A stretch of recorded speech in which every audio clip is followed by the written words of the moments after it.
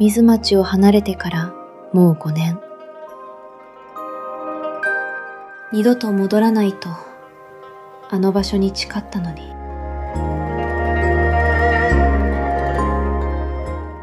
それでも私はここにいる。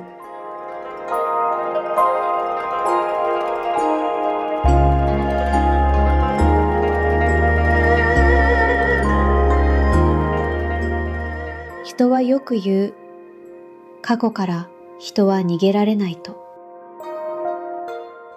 私もずっとそう思っていた。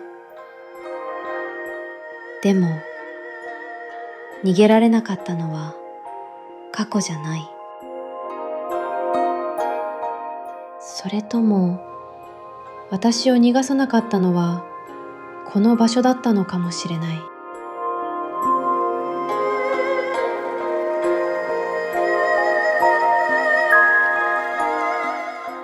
川の川。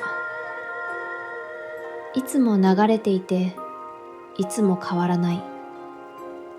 他のすべてが変わっても、あの川だけはそこにあり続ける。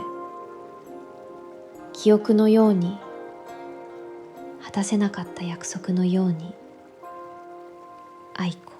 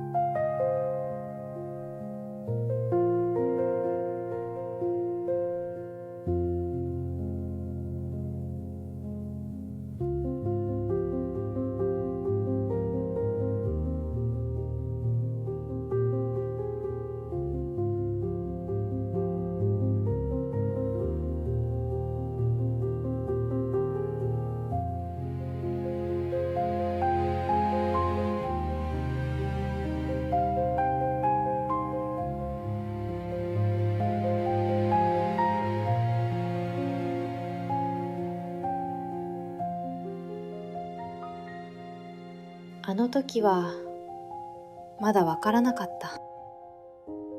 あの瞳に宿っていた痛みと怒りに満ちた視線は愛子の兄のものだった。そして彼も私と同じように彼女の不在を超えられずにいた。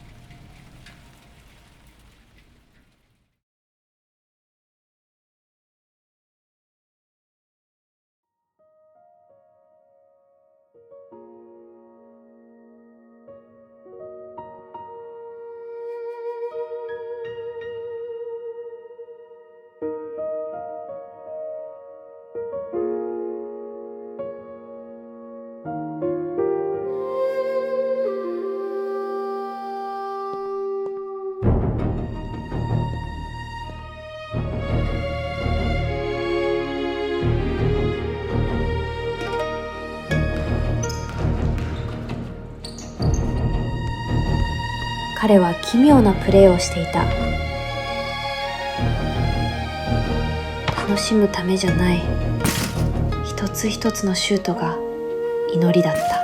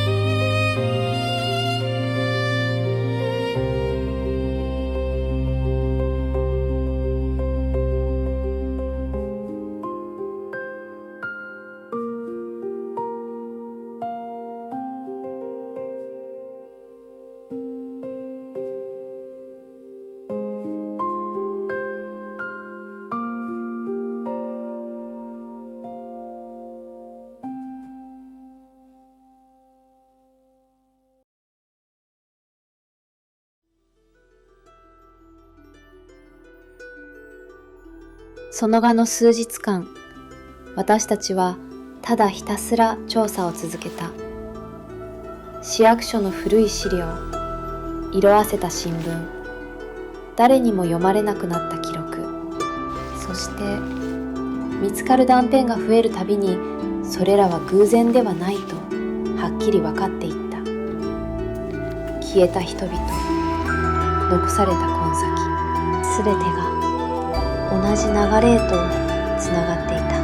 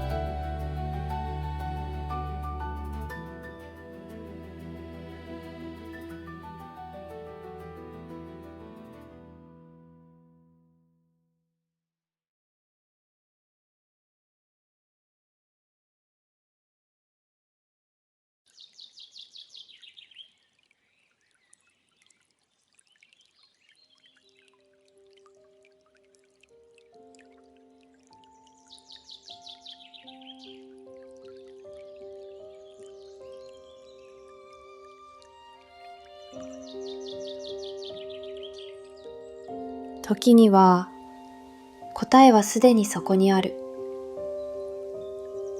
家族の物語と年老いた者たちが胸の奥に隠した秘密の中に。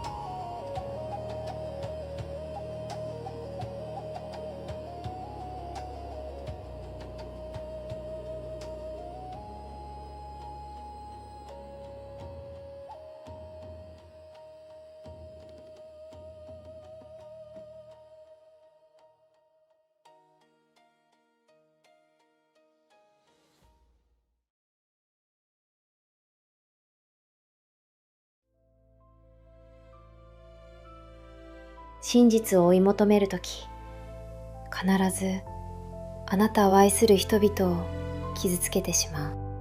翔太の両親はすでに一人の娘を失っていた。そして今、彼らの目の前で息子は全てをかけようとしていた。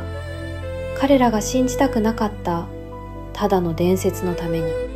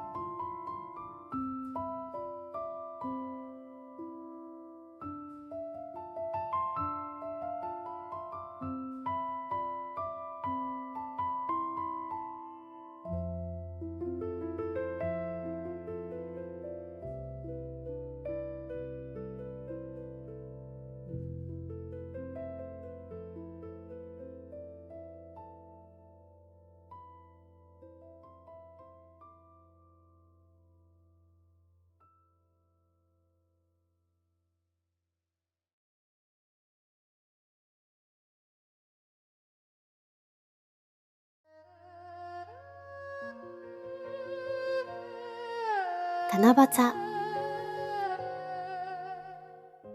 おご姫と彦星が天の川を越えて再会する夜。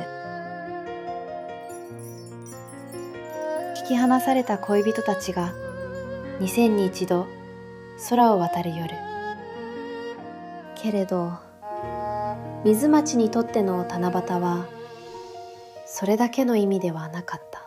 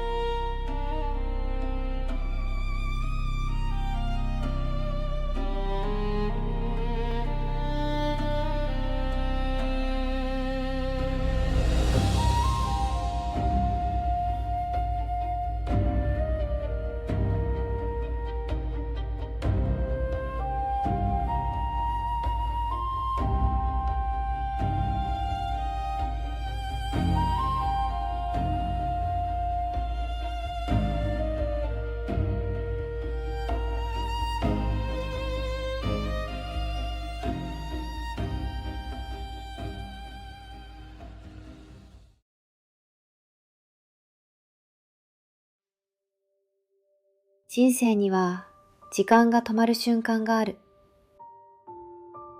一つ一つの言葉が判決のように重くなる。そして次に口にする言葉がすべてを永遠に変えてしまうとわかる瞬間がある。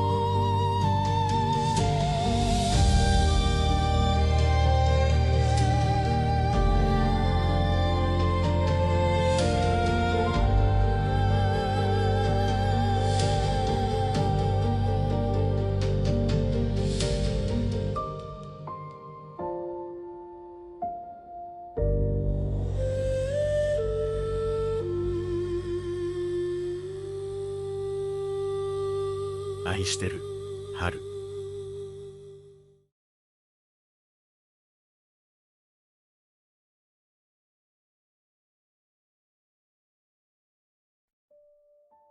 西月は静かに過ぎていった。そして宗太は二度と戻らなかった。川が彼を連れて行った。そして私は生き続けた。彼がそう望んだから。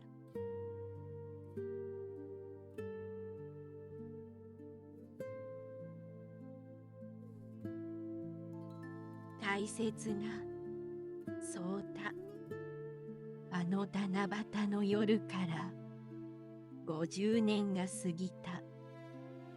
あなたが私にくれた人生を50年生きてきた。だから少しだけ私の話を聞いて、どんな風に生きてきたのかを。最初の七夕、私は川へ行った。待った。何も来なかった。それは眠れない夜の始まりだった。大学に行った。日本の民族学を勉強した。優秀な成績で卒業した。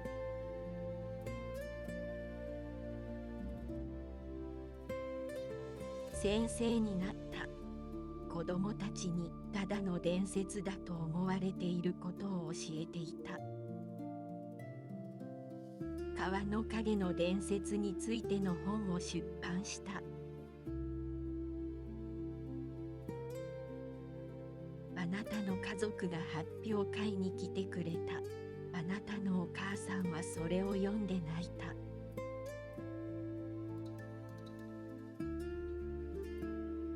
誰かが私に彼と結婚するように頼んだ。優しかった。いい人だった。でも指輪を見たとき、ただあなたのことを思った。断ったんだ。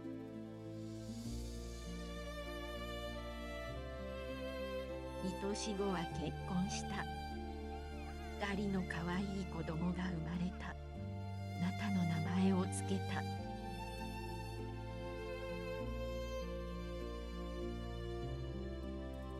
57歳で退職しました。同僚たちはなぜ結婚しなかったのかと笑って話題を変えたと説明する。